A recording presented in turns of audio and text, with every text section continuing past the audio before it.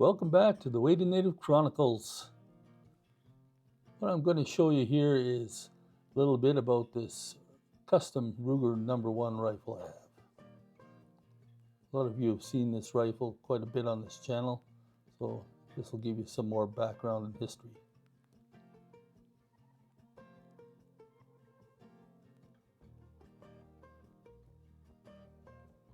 This is a Ruger #1 single-shot rifle chambered for .45 120. It's been modified to the style of a buffalo hunting era rifle.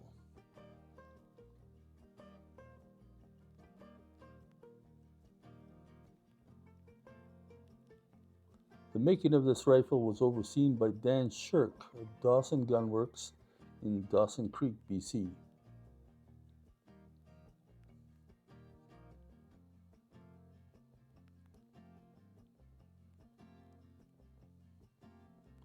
The black walnut used for this stock is dense, Oregon grown for its good weight, beauty, and strength.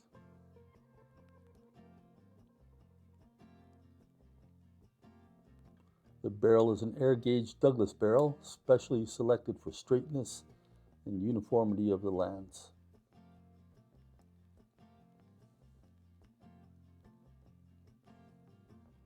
The engraving and gold inlay work was done by Robert Evans of Oregon City, Oregon. Evans's engraving work has appeared in Turpin's book Custom Rifles, so you can see more of his work there.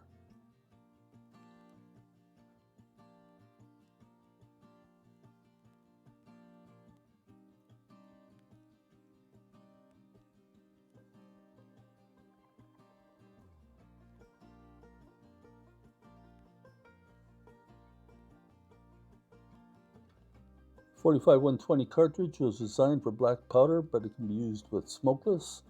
I use smokeless, and it's capable of exceeding the power of a .458 Winchester Magnum. Shown here, you can see a little of what's involved reloading this now obsolete cartridge. I cast my own 535 grain bullets for this rifle using wheel weight metal with a little tin added. To achieve higher velocities, I make my own gas checks out of beer can metal and form them using a Pat Marlin's die. I also make my own bullet lube following the NRA formula of beeswax and Alox 350, mixed 50-50.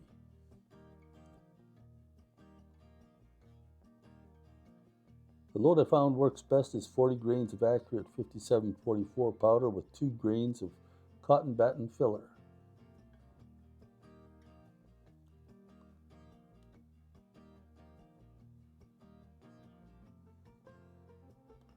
With the 535 grain bullets, I get about 1,600 feet per second out of that load.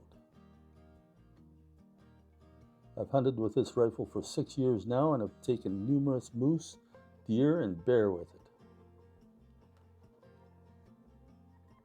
On the target range, it's extremely accurate.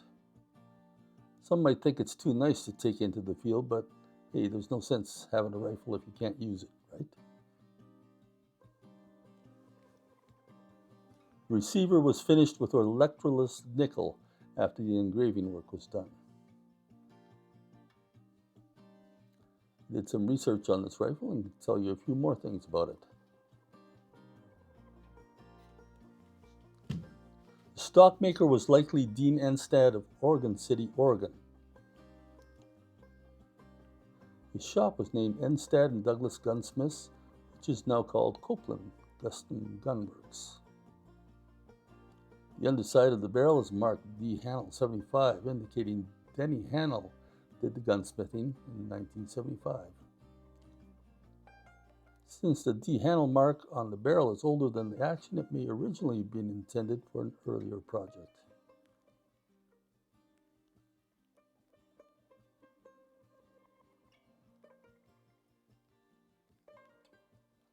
Based on some of the hallmarks of the work done, like the bottom plate used, I suspect all the gunsmithing was done by Denny Hannell on behalf of Dan Shirk.